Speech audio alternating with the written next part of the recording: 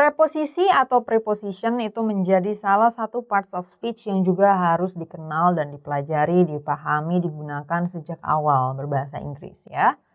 Preposisi biasanya digunakan untuk menghubungkan antara noun atau pronoun dengan noun lainnya atau pronoun lainnya.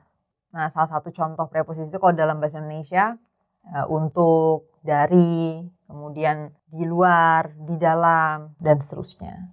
Preposisi ini ada banyak banget ya isinya, jadi harus dipelajarin lagi nanti sepanjang proses belajar bahasa Inggrisnya. Tapi untuk sekarang sederhananya kita bisa mulai dengan beberapa preposisi aja dulu ya. Pertama in. In itu artinya di dalam. Kemudian at. At itu artinya bisa di, bisa pada, bisa terhadap ya. Misalnya kita mengarahkan pandangan kepada dia gitu. Nah, kepadanya itu nanti kita akan nyebutnya at gitu ya. I look at you gitu misalnya. Atau I look at, kalau dia tadi him or her gitu ya. Nah, itu at. Kemudian ada on. On itu di atau pada juga. Tapi nanti harus dilihat lagi konteksnya ya. Nah, jadi ini dua-duanya tuh kepake nih. At sama on ini sama-sama kepake untuk konteks yang berbeda. Nanti kita bisa coba. Kemudian ada under ya, itu artinya di bawah. Kemudian above artinya di atas. On itu juga tadi bisa berarti di atas.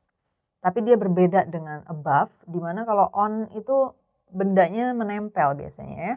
Kalau above dia nggak menempel. Kemudian below, below itu di bawah juga, tapi biasanya berupa tingkatan gitu ya.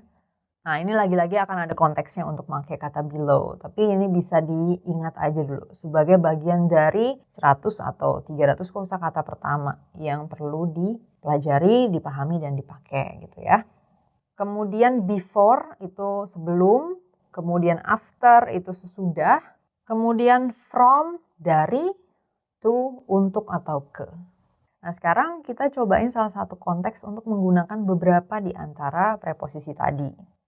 Misalnya nih, ada sebuah mobil dan kemudian di atas mobil itu ada orang. Di atas ininya ya, di atas apa tuh kap mobil ya. Dia di atasnya, di luar gitu, dia di luar mobil di atasnya. Nah, untuk menyebut posisi orang itu, kita nyebutnya adalah on the car ya. Di atas mobil, on the car. Nah, kalau dia ada di dalam mobilnya sekarang ya, orangnya ada di dalam nih lagi nyetir misalnya kan. Maka kita sebut posisi dia in the car ya. Beda kan? On the car yang tadi sekarang in the car.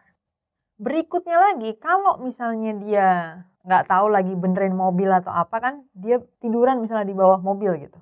Nah, kita nyebutnya dia posisinya adalah under the car. Ya. Berikutnya lagi, kalau misalnya orang ini terbang ya, terbang di atas mobil gitu. Jadi ini mobil tapi dia terbang nih di atasnya. Nah, kita nyebut dia above the car. Beda kan sama on the car tadi ya. Kalau dia nempel di atas mobil dia on the car. Tapi kalau dia terbang di atas mobil dia above the car. Kemudian lagi misalnya nih kita ada di dalam mobil ya. Lalu orang ini ada di tunnel atau terowongan gitu. Di bawah jalanan tempat mobil kita jalan gitu ya. Dia di tunnel gitu di bawah. Nah disinilah kita pakai kata below. Jadi posisinya dia adalah in the tunnel below. Jika kita misalnya bilang oh dia tuh ada di terowongan di bawah nih dia. Di terowongan gitu kan. Nah, kita bisa bilang in the tunnel below. Itu salah satu contoh penggunaan beberapa preposisi ya. Sekarang kita ambil contoh lain lagi untuk memahami konsep above dan below ya. Konteks lain penggunaan kata above dan below juga berguna di suatu kanvas atau suatu gambar atau suatu kertas. Intinya tempat informasi gitu ya. Misalnya ada tempat informasi nih, ada wadah informasi. Kemudian kita mau pakai kata di atas dan di bawah. Nah itu kita pakainya above dan below ya. Misalnya ada sebuah bingkai foto keluarga di mana di dalamnya ada 4 orang. Kemudian di sebelah kanan atas itu ada gambar ibunya ya. Terus kita mau bilang ibunya tuh adanya di kanan atas. Nah, kita nyebutnya above right ya. Atas duluan baru kanan ya kalau dalam bahasa Inggris. Jadi above right. Nah, terus di samping kiri ibunya tuh ada bapaknya. Nah, kita mau bilang tuh dia tuh fotonya di kiri atas gitu kan. Kalau dalam bahasa Indonesia kan kiri duluan ya. Nah, di bahasa Inggrisnya jadinya above left, di atas sebelah kiri. Kemudian di bawahnya ada 2 anak nih, yang sebelah kanan anak pertama gitu ya. Kita mau bilang tuh anak pertamanya di kanan bawah. Nah, dalam bahasa Inggrisnya kita nyebutnya below right. Nah, begitu juga dengan sebelah kirinya ya, untuk anak keduanya gitu kan. Tuh anak keduanya ada di kiri bawah. Nah, kita bilangnya below left. Itu ya, penggunaan above dan below dalam konteks informasi.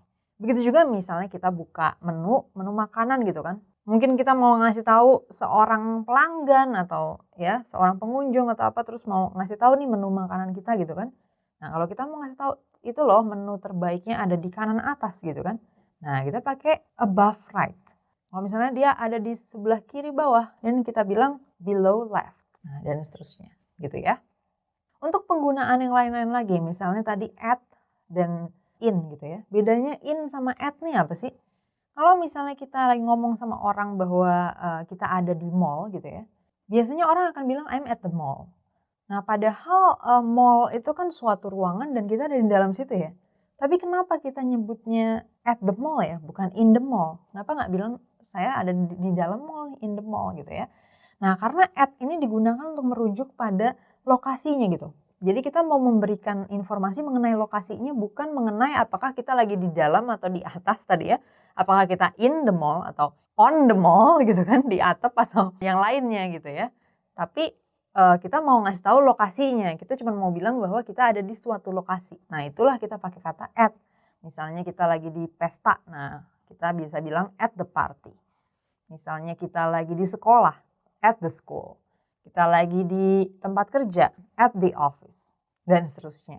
Kita pakai kata at karena inti informasinya di lokasinya. Kita mau ngasih tahu lokasinya.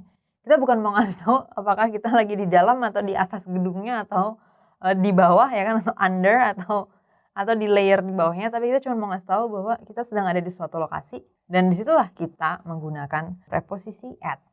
At juga digunakan untuk menunjukkan keterangan waktu ya. Misalnya kita ngomong kita bangun di jam 8 pagi. Nah, di-nya ini atau kalau di bahasa Indonesia mungkin kita kayak bisa juga pada ya, pada pukul 8 pagi gitu kan. Nah, di atau pada ini untuk merujuk jam dalam bahasa Inggris itu at. Jadi kalau kita bangun pada pukul 8 gitu, maka dalam bahasa Inggris kita akan bilang I wake up at 8 gitu ya. Begitu juga kalau misalnya kita mau bikin meeting, kita meetingnya nanti jam 8 pagi ya. Nah, kita bisa bilang bahwa the meeting will start at 8 gitu kan. Atau let's have a meeting at 8 gitu kan. Yuk kita meeting jam 8 ya gitu kan. Nah, selalu pakai at. Kalau misalnya sering lihat di poster-poster gitu, poster acara gitu kan. Nah, dia juga akan pakai kata at tuh. Acaranya mulai jam berapa? Dia akan pakai kata at. Karena itu adalah kata hubung atau preposisi untuk waktu. Itu tadi beberapa contoh penggunaan preposisi dasar banget yang bisa diingat sejak awal di bagian dari 100 atau 200, 300 kosakata pertama. Jangan lupa untuk dicobain ya kosakata-kosakata ini. Bukan cuman didengerin doang atau nanti dikerjain dalam soal, tapi harus dicobain terus-terusan. Nah, kalau kata-kata yang lain belum bisa bahasa Inggris ya, nggak apa-apa dicampur dulu. Jadi depannya bahasa Indonesia, terus pas ada preposisinya pakai bahasa Inggris ya kan. Ya contohnya kalau dalam konteks at tadi, penggunaan at, misalnya kita mau bilang saya lagi di mall. Ya udah, misalnya belum tahu nih bagaimana bikin saya lagi, nggak tahu mau di mallnya aja. Ya udah, saya lagi at the mall gitu kan. Atau kalau mau ngomong saya bangun tadi, saya bangun jam 9, belum tahu kata bangun atau masih bingung sama depannya, ya udah saya bangun at 9. Gitu ya. Jadi intinya jangan lupa untuk dicobain apa yang udah dipelajari.